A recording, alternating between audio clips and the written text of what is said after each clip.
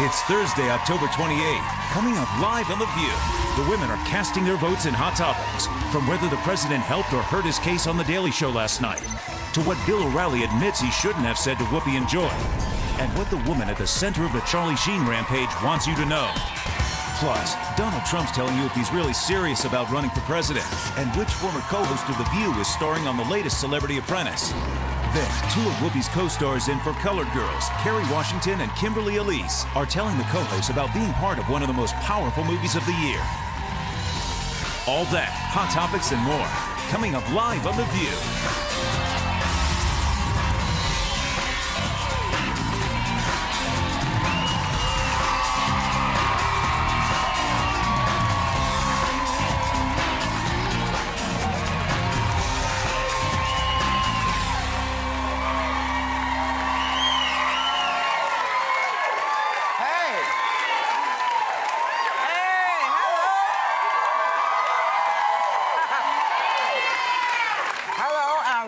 To The View, child. I have candy all up in my teeth. We are all Sometimes we sit there, in my mouth, and now it's nothing but Lifesaver all up in there. It's, you know, we'll be sitting back there, and they do the countdown, 5, 4, 3, and it was just today. It's just we couldn't get it moved. We're trying. We're a little off. Make no doubt about it. Yes, we are definitely here, and we're here to tell you, more details about Charlie Sheen's hotel room scandal are emerging. And now Capri Anderson, the woman who police found locked in his hotel room bathroom, wants everyone to know she is not a hooker, as previously reported, okay? Let's just be very clear. She is a porn star. But it's a difference, Whoopi, because when you're a hooker, you go and you have sex for money. When you're a porn star, you go and you film sex for money.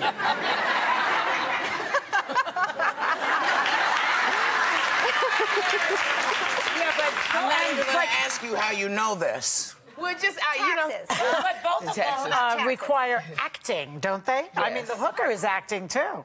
We're all acting, baby. You guys don't believe they really mean it when they say, oh, God, do you? But I think maybe because, I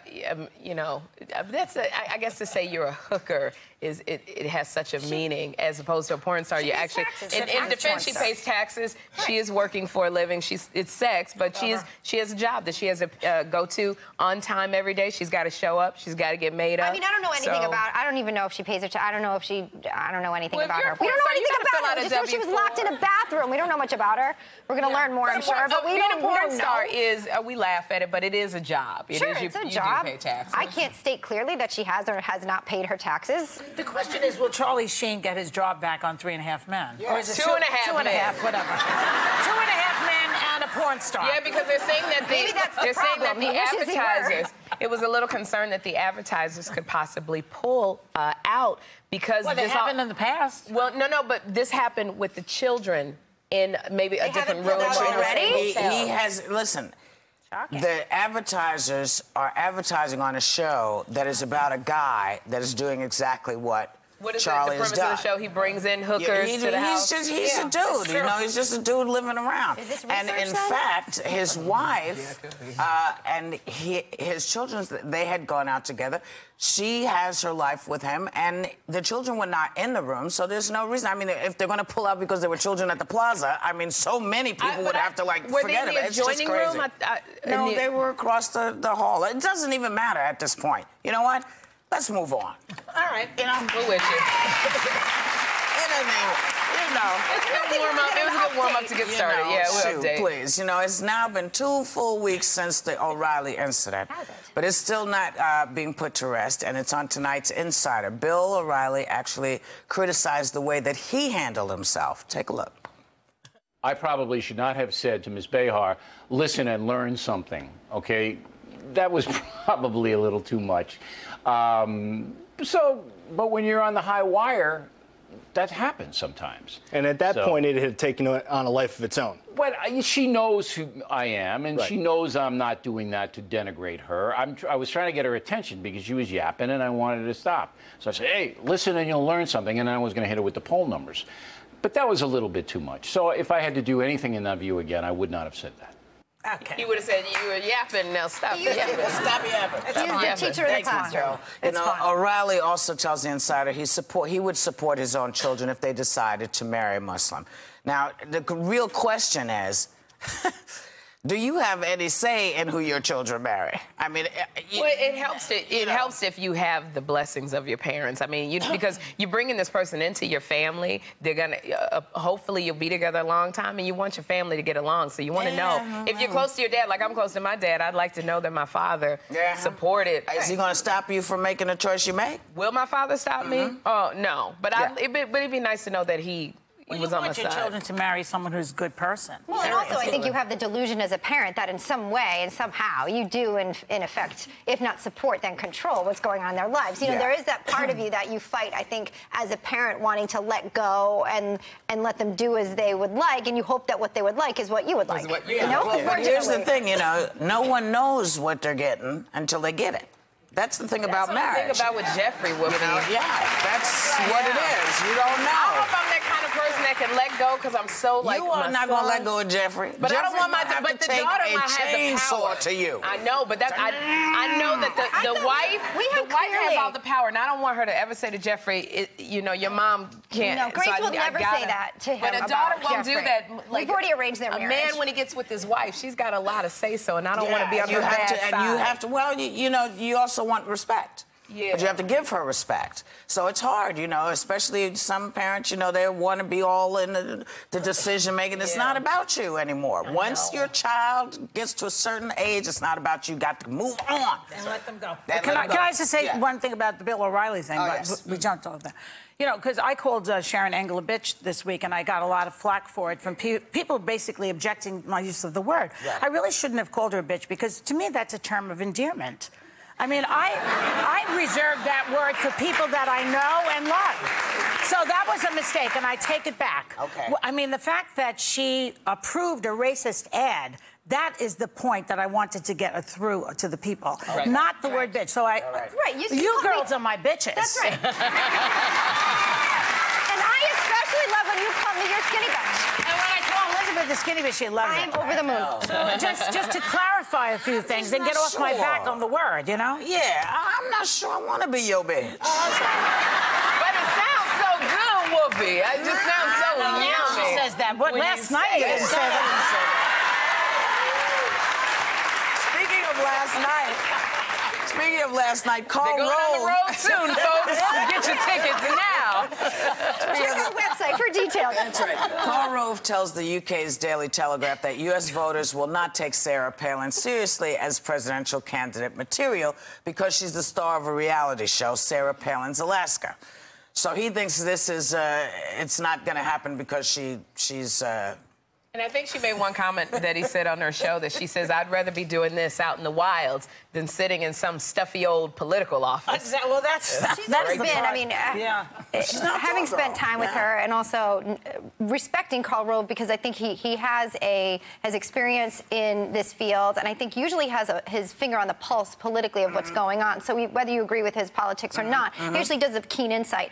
I do think that the show will transcend politics. So I think people may not necessarily You don't think a reality show will hurt her, you know? I think actually she has taken a path that I think is quite powerful in politics right now. She said she would do it. She said she'd get out there and sort of make something happen, and I think we've seen that in the Tea Party right now. But I think this show will actually, produced by Mark Burnett, who's brilliant, will look so fantastic and give an insight to Alaska in general and maybe see Palin in a different way. So I think it's going to be incredible to watch. But I don't necessarily think it's going to determine. I don't think it disqualifies her at all. Any more than it disqualifies. What'd you say? I didn't hear you. Also, maybe she could do Dancing with the Stars. That makes her seem more real too. Dancing with the Stars. She has Sarah Palin's Alaska. Right, but don't you agree that the whole election process in a way has become a reality show? I mean, we think about it now and watch it more now. I think it's the biggest reality show now. So in fact, this may be some of those folks going to get voted off the island next week? I don't know. But you know, I agree with you. I don't think that she should be disqualified based on that. But the fact that she said she doesn't want to sit in the boring political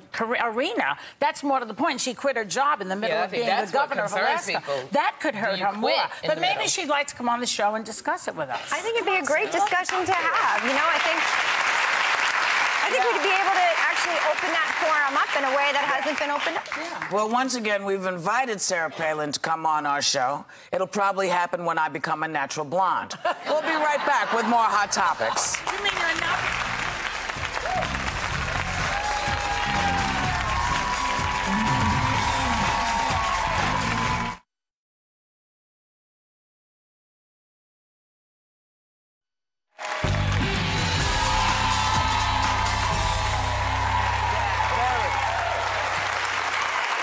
You know, President Obama was on television last night making his case to Daily Show's Jon Stewart about whether he's living up to people's expectations. Take a look. We promised during the campaign change you can believe in. Right. It wasn't change you can believe in 18 months. It was change you can believe in, but you know what? We're going to have to work for it. We have done things that some folks don't even know about. What have you done that we don't know about? Well, are you planning a surprise party for us? Filled with jobs and healthcare. I mean, it was brilliant, I have to say. Jon did a good job. Jon does a good job with his son. And, you know, he warmed up on The View. Remember, he was here first. Well, yes, but, you know, one of the things that happened is he takes a lot of heat. People think it's a very strange thing that he comes and does a show like ours or a show like Jon Stewart's. I don't think it's strange at all. Well, I think it's strategic, quite frankly. I think it, you know, he knows that there's a great woman. The female audience is huge. He needs that for the election. Young people. Young audience. He knows. I mean, this is nothing the president does, and I would hope. I think I want a strategic president. I would think that it's all very strategic and well planned. This is not a man who wants to waste his time, I'm sure, especially with an election coming up. But I do think it was great to hit on the point. I thought Jon handled it in an excellent way, saying that, you know, there are things that he did promise early on that didn't happen. You know, don't ask, don't tell is the first thing he said he would do. President? It's 4 years. Well, depending on if you listen to some in the other party, this is it. Well, they want him to be a one-term president. But I can see when he says we promise change, but not in 18 months, because we're giving you 4 years. Yeah, but Sherry, Senator Mitch McConnell made a statement the other day saying that we will do what we can to make sure he is a one-term president. I don't think that's very patriotic, frankly. You're supposed to be caring about the country, not about getting the president out. I thought dissension was patriotic. Where were we? In the Bush era, I thought being dissension and making sure that he was out and counting down the days and all the billboards and bumper stickers. Where's the patriotism there? Let me say one thing about him as opposed to Bush. I think they both took a lot of heat. And I was the first one out there to attack Bush's policies. So I give you all the credit. You can attack Obama. No, I'm not attacking. I actually want him to do well. I want a president who's doing a good job. Maybe he didn't do everything right so far, but nobody died. There's no, I mean, he did. Nobody died. We're in 2 wars now. Did you forget that? We're in Afghanistan, which is where everybody. Wait a second. We're in Afghanistan, where everybody, even the Republicans, always wanted him to go there instead of in Iraq. Where are the peace Iraq protesters? was a mistake, and everybody knows it. Where's the peace shirts with the tie-dye? I mean, honestly, for a while though, it was a stop war, stop war, stop war when Bush was in office. We're in 2 now. I mean, what happened here? We've always been in 2 wars. We've always been in 2 wars, and to me, and I said this when we were talking about him getting elected the first time. I said people are expecting him to make miracles happen. Now, no president, and I said this too, no president in the first 4 years gets it right for everyone. They can't. Not Bush, not Clinton, I can't even remember who's been in, but none of them get, but not in the first 4 years. He got his butt kicked too. But the most interesting thing, and I can't even talk about it because it hasn't happened yet, but we will see in time that there has been no presidency in, you know, the 60s or the 40s or the 30s that was not without jobs being an issue, without work being an issue. These are always going to be there, and tough times are always going to be with what we're going through. That's what happens in America. You also hang on. Let me just. I don't think he lied. Here's what I don't like. I don't like the fact that he said he doesn't like this timetable he's on. He's the one who said it. He said the first thing he would do was repeal Don't Ask, Don't Tell. He said the troops would be out by July of 2011. Don't set a timetable if you're not going to stick to it. That's what I said. Don't complain about a timetable that's imposed on you when you put it on yourself. And he's sitting president as well, so he is doing things. I mean, doing and done are 2 different things. You know what? As I said, a lot of folks are very upset that he has not repealed Don't Ask, Don't Tell. The biggest mistake any president coming in makes, whether it's Bush or Clinton or any of them, is they say, I'm going to do this. Totally forgetting that there are 900 other people who are saying, oh, excuse me, no, you need to talk to us first. Right. Now, you could do it with a stroke of a pen, but then this group over here is going to say, well, you didn't talk to us about it. This is going to go on and on. Thank goodness we're in America. I like it a lot better than some of the places that we've been talking about. But listen to this. David Arquette went on how... Yes, I know. This is why I love America. He's in pain. Because you could go from Obama to David Arquette. Only on The View. He was on Howard Stern's radio show, and he admitted that the first time he had sex with another woman after his split from Courtney Cox, he cried. Aww. It's something that is about so beautiful. You leave your wife, you know, because he said that when he got with this other woman a few days later, he realized that the intimacy of what he shared with Courtney, you know, it wasn't there with this other woman. There was no emotion. A few days I know. later? I think a man cries too because he's like, I screwed up royally. A few days later, like this, you wait 2 days to feel this way. Pain. I think he's spewing all this stuff. He's in a lot of pain. It's better that 2 David days just talk. You know, keep it to himself for a little while and go through and see what happens. But he said he didn't feel that way with the other woman he got with that he met at the hotel. Much about this. Well, you know, he's a young man, and you know he probably doesn't know any better. But listen to this: some American cities are putting an age limit on trick or treating this Halloween. Can you imagine it? Yes. Anyone over 12 caught trick or treating? This is what I'm telling you. Could face up to $100. In fines. Now, so if you're 12, I'm sorry, if you're 13, watch out. But you know, in defense of some of what some of those people were saying was it was single mothers and elderly people who were saying that these 6-foot-tall people were coming to their door and they were getting a little scared. Okay, I know when I open up the door myself. No, but when I see, I think 14, after 14 is too old. When I see these grown kids coming to my door with an axe in the middle of their head, one had last year with his eyeball hanging out. I'm a single woman. That scares me because I don't know if you're going to come back. Sherry, a little kid don't scare me. I know exactly what to tell you. What? When you answer your door, take your baseball bat with you. I'm telling you, it works for me. Because if you come to my house with an X in your forehead, you know where I'm going to put the baseball bat. We will be right back with even more Hot Topics.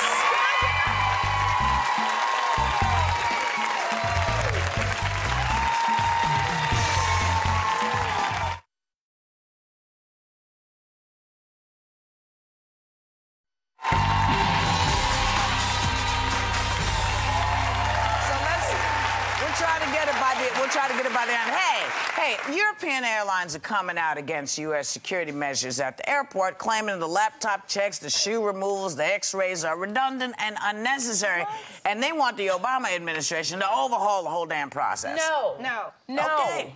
You know, why don't they just follow the Israelis, El Al? Now, Israel is one of the major targets for terrorism, and they have a perfect record. Nobody has ever tried anything with that. They must know what they're doing. Why don't we look over there and find out? You know what? I tell you exactly what they're doing. You are on Air Al with guys in uniforms with Uzis. Okay, that's one And it's very clear. You want to take your chances with us? Because we're going to take you out. That may also solve the problem. They also spend an inordinate amount of time going. They ask you a million questions, and they check every single thing. So I'm like, if you're taking... probably, in a way, it's 2 times consuming for the number of people that are going on airplanes from the United States. What were you going to say, Elizabeth? No, I just thought the idea of men in uniform with Uzis might actually keep the kids behaved on the airline too. Well, the other thing is... Bring your own. Bring your own. I don't know, but I talk about this in my book. You know, yes. Which part is it me? Is it me or is it nuts out there? Yes, it's available on Amazon and other fine places. Because, you know, one of the things that happens in airports that drives me absolutely bonkers is people are so nasty to these TSA folks. You know, they're doing their jobs. Listen, if we hadn't had a guy who had a bomb in his shoe, we probably wouldn't be asking people to take their shoes off. It's after the fact. You know, it's after the fact. So I want you to ask me to take off whatever you need me to take off to make sure that I'm not carrying something I'm not supposed to. But on the same token, when I get to the airport, I know I'm not supposed to have a big bottle. But what happens? You get there, you're ready, you got your shoes off, socks are off, you're kind of looking good, and some fool shows up with a bottle of lotion this big. And it's going to stand there and argue with the TSA person. They want their lotion. They want their lotion. You know what? Stay in their bag. Throw the lotion, throw the lotion away, get some lotion on the other side of the security check, because they have lotion on the other side. A lot of people that don't travel a lot, they forget that it has to be 4 ounces or less. There are 8 signs on the way in between when you get to the airport. They forget, and they have it in their carry-on when it goes through. They forget, and because I travel a lot, it's 3 ounces or less. I'm sorry, thanks, girl. And I know I had a bottle of lotion one time, and it was new. Somebody gave it to me, and I begged the girl. I was like, "Well, can you take it home and use it? Just don't throw it away. It's expensive. Just I will give it to you." And so you kept me waiting on the line, begging this woman. I wanted her to use it. Put some on now so I can see. Put it on. Take it with you. Don't throw it away. Please don't throw it away. Listen, just remember, don't bring stuff you're not supposed to, because it makes things move faster. And if you hold up the line, somebody's going to scream at you. And it's not going to be the TSA kid. It's going to be one of us. That's right. You know, supporters of Senate candidate Rand Paul made headlines recently when they were caught on video stomping on a female protester. But one of the men facing charges over it says he wants an apology from her, claiming she initiated it. Now, I don't know how that works. Look at when he puts his foot on her. Yeah. Look at that. Gosh, he could have broken this woman's neck. You can't tell me if this woman is coming at you, there's not another way to subdue a female. Look at that. Look what it did. And this is, he wants an apology. He says his back was hurting. He couldn't do it any other way because he was having problems with his back. The guy that Dick Cheney shot still has a lot of buckshot. Cheney has never apologized to that man. How did we get to Cheney? I'm just saying. That's like from the conservative playbook. It's the conservative playbook. I'm sorry, the conservative playbook is step on and we don't apologize. I'm offended by that. No, it is not. That is the most ridiculous thing. I'm going to forgive you because we're friends, but I need to just wrap my brain around that ridiculous statement. 2 examples I'm giving you of the conservative playbook. That's all I said. 2 examples. I'm so innocent in this, Elizabeth. I don't know what you're talking about. A playbook? 2 incidents? One, which is some protester outside? Well, the fact of the matter is, if we get back to the subject at hand, he wants an apology from this woman, which I think is just disgraceful because he could have broken this lady's neck. Well, you know what? I don't understand this idea. You know, you come stomp my face in. Now, I'm protesting, doing the American thing that you always do. The other thing with Dick Cheney is, no one is videotaping it, so we'll never know what actually happened. We don't know if the man made Dick mad. But I also think that we can't say that this is what most conservatives would do this. I would prefer to believe that this is an anomaly. I'm saying most conservatives would do it. I'm saying it seems like it's... repeat it. We don't need to hear that again. Thank you. Okay. And you know what? We're not going to... I hope not. Oh, my gosh. I hope not. I hope that this doesn't happen again. It will not happen again because we're going to sit and... I'm going to find a liberal stomping on somebody's head and disprove your theory. Well, you might have to stomp on my head. Maybe that would do it. I'm going to stomp on both of y'all. We have to go because when we come back, we are coming back with the Donald. That's right, Donald Trump.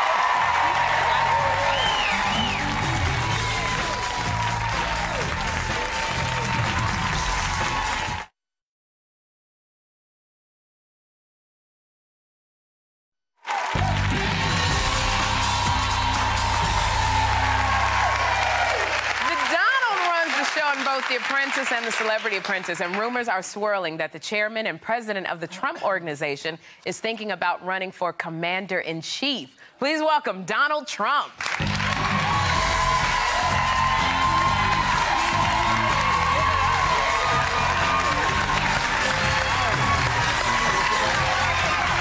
to see you.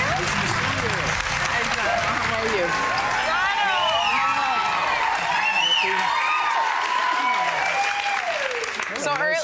Hey, Donald, how are you? How are you? I'm good. You know, earlier this month, you said that you were seriously considering running for president. Now, what does your wife think about this? Well, I wouldn't say she's thrilled. No. But Time Magazine did something, and it was very interesting, and it came out positively. And then, of course, the National Enquirer did something. Now, they got Edwards, they got O.J., they got a lot of people. Yeah. But they did a poll with Star Magazine, okay? And... Yeah. you know, it came out very positively. So now everyone's calling and asking, what do you think? Well, your poll numbers are doing very well in New Hampshire. That's what I've been told. I mean, I've never taken a poll, but I've been told that, so I'm very honored by that. We were saying that Sarah Palin's chances, according to Karl Rove, would be diminished because she has a reality show. That applies to you, too, then. Well, and we have a big reality show, so it probably does. Yeah. It probably does. But would you be a Republican? I am a Republican. Oh, I'm sorry.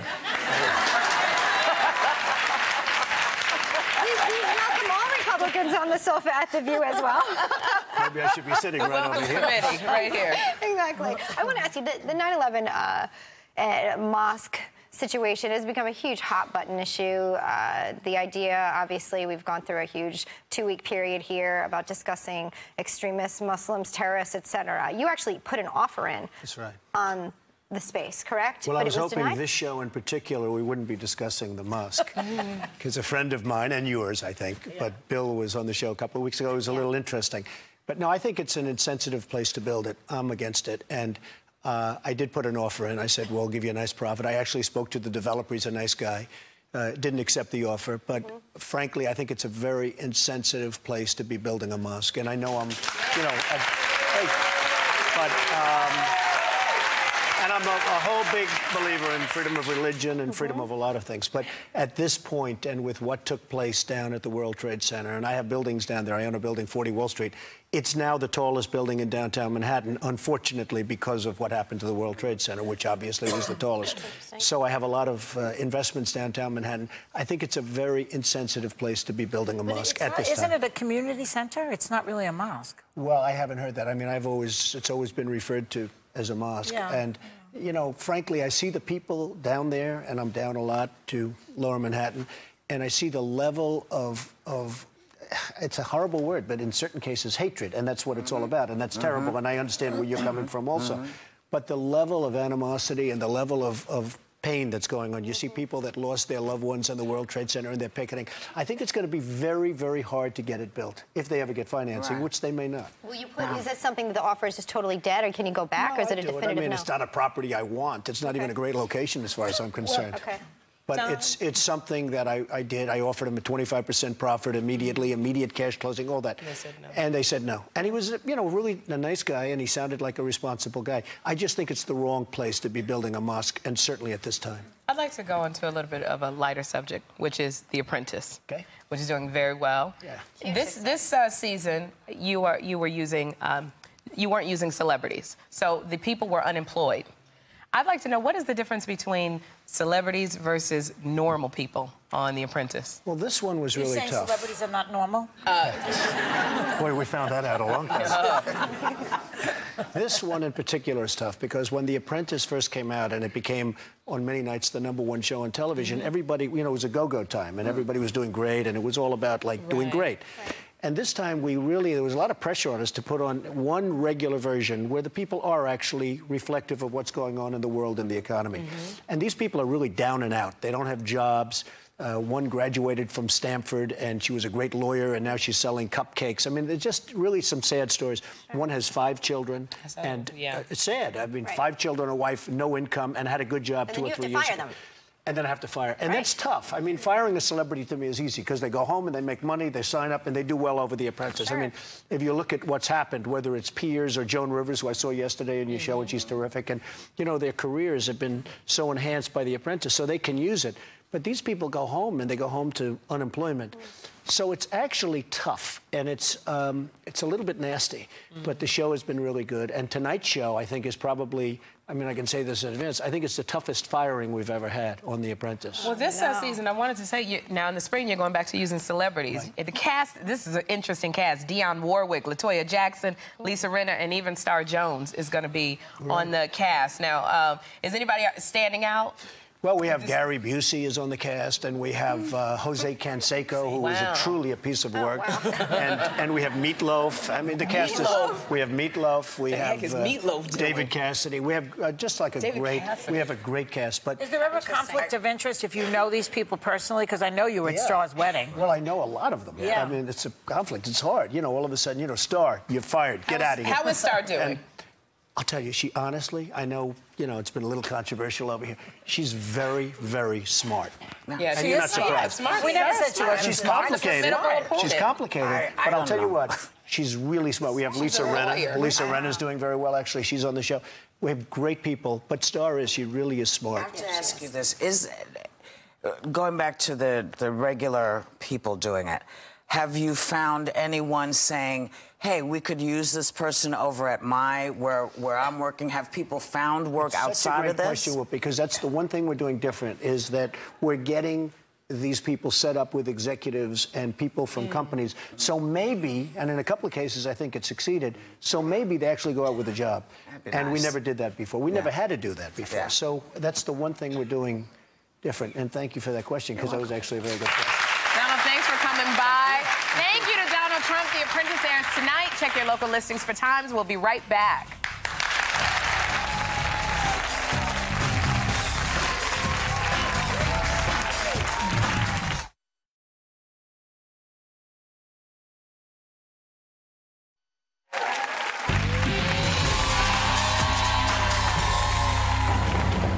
Babe. I'm sorry, I have to go to work. It's okay. Would you talk to me? Do you know how hard it is looking at all those people who do not want the children that they have? And we... Okay, let's talk later, okay? We'll talk later. I love you. I love you too. The incredible women in the new movie For Color Girls deal with issues tearing their relationships apart. That was Kerry Washington struggling to start a family, and her co-star Kimberly Elise is trying to save her husband and herself from alcohol and abuse. Take a look. You need to take your meds. Now you're telling me what I should do? I'm telling you what to think. I'm not accusing you of anything. I'm trying, Chris. I know.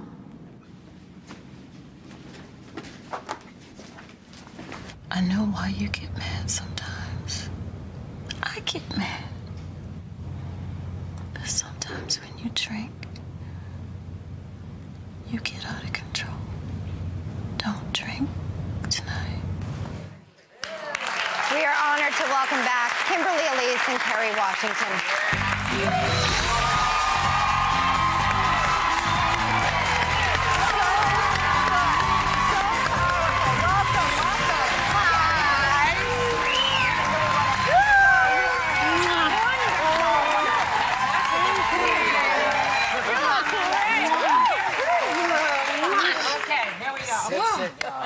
This film, you guys were great. I mean, we held our breath. It held our heart. You three of you here. So we know all about the movie. Yeah. The performances are outstanding. I mean, there's been Oscar buzz, I think, is starting all over the place for you. Kimberly, I know you tend to have a pretty visceral reaction to roles, whether you're going to take it, whether it's right for you. How is that process? Yes. And how did you know this role was right for you? Well, it is very much a feeling. I'll get a script and I'll read it and I'll feel it in my gut and my soul and my heart, whether it's what I should do. And I saw this, and of course I knew the play, and I thought, this is a woman who is so many women, and a woman who doesn't have a voice, who isn't heard, who may feel like she's alone in the world. And maybe if I can represent her well and properly, she'll connect to someone. And maybe I can save a woman, and maybe I can save a family who's dealing with what she's dealing with. My partner in the film is played by Michael Ealy, is suffering from post-traumatic stress syndrome. He does a brilliant job. He does. And with this condition, and it's due to experiences from the war, the things he experienced in the war. And often the spouse is left to pick up the pieces and put their man back together. And that's what's going on with Crystal. You know, Kerry, your character, and by the way, Michael Ealy is a wonderful actor. He's also on The Good Wife. That's right. Yes, yeah, he's fantastic. He's great. But Kerry, your character is basically the only one with a husband in the movie, the man, who's not really, you know, depicted as a kind of a negative way. I wonder how the men are seeing that part of the film, that the men are looked I would challenge that. I do think my husband, played by Hill Harper, who's dreamy. I think he's and he's good great guy in the film. Yeah. And we do have a really wonderful relationship, and it was important to Tyler that we have a couple in the film that is an example of positive communication and love. But I would challenge what you said, because I think the fact that all of the male actors in this film really brought layers and levels to their performance. You really do understand that saying that hurt people hurt people. Yes. You know, because Michael Ealy, it's not that he's evil. He is this soldier that has come home from the war and isn't getting the help he needs and is suffering. You know, and one of the things that we've talked about that's so sad is the film, the play was written in the 70s. So this was about a soldier coming home from Vietnam. The fact that we can be doing this now, today, and just replace Vietnam with Iraq, it's a real statement on how we need to look after members of society who are forgotten. This thing, you know, just sitting there, it's been so, and, you know, Whoopi, thank you. You've got, you know, so many women from this movie coming on every day that we can she's brilliant in the movie. Whoopi is brilliant in the film. We know what it's like to work with her. Tell us what it's like behind the scenes with her. I would get Kimberly in trouble, because you know, she'd be getting into character, and I'd be like right behind her going, "What you doing?" Mostly because every scene for, I think, all of us was so it was, you know, there was no halfway in this. You couldn't go halfway. You had to go all the way. And I just, you know, I told you, I made them call me Whoopi. As soon as they said cut, they had to say my name to bring me back. Because, you know, my lady is just nuts. It was really interesting, actually, to work with this group of accomplished actresses and see how every one of us has our own process. You know, like Kimberly did not want to be called Kimberly at cut. Whoopi did. Everybody had a very different way of working. And what was beautiful was how supportive we all were about each other's process. I mean, it was like you came to work and you felt like somebody was handing you a baton, you know, in the relay race, saying, well, you know, I took it there today. I brought it. You better bring it now. You know, like we were just really encouraging each other and supporting each other, respecting each other. Also from Tyler. Tyler, being an actor himself, he was really there for us. He was our protector, our nurturer, you know. You were in the first movie, weren't you? The Diary of a Mad Black Woman? Diary of the Mad Black Woman. Girl, when you were on those stairs. Oh, my goodness. We talked about beauty a second ago, too, but I have to let everybody know that this month's cover of Essence magazine is featuring Miss Kerry right here. And it's gorgeous. And, wow, that's fierce and gorgeous. And then December issue has the entire cast, correct? Yeah, So, I mean, it doesn't get much better than that. And we're all in our colors. For fans of the play, each woman had a color. And in the movie, we have names, but we also wear our colors. So we're wearing our colors. That's a commemorative edition right there. Yes, if you think it's special to see that cover right there, you are going to find this film because it is remarkable. We want to thank Kimberly, Elise, and Kerry Washington, and Whoopi, of course. We're Color Girls, because it's going to be in theaters November 5th. Don't miss it. We'll be right back. I was so proud of it.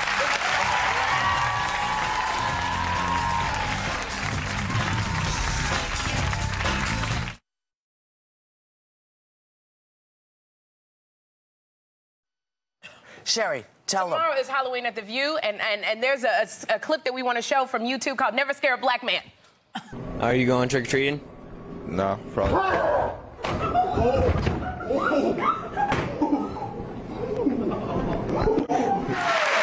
So, tomorrow is Halloween on The View, and I promise you it is a real trip. And we want to thank the Pumpkin Geek for the jack-o'-lanterns to help set the mood. For more information, go to our website. Have a great day. Take a little time to enjoy The View.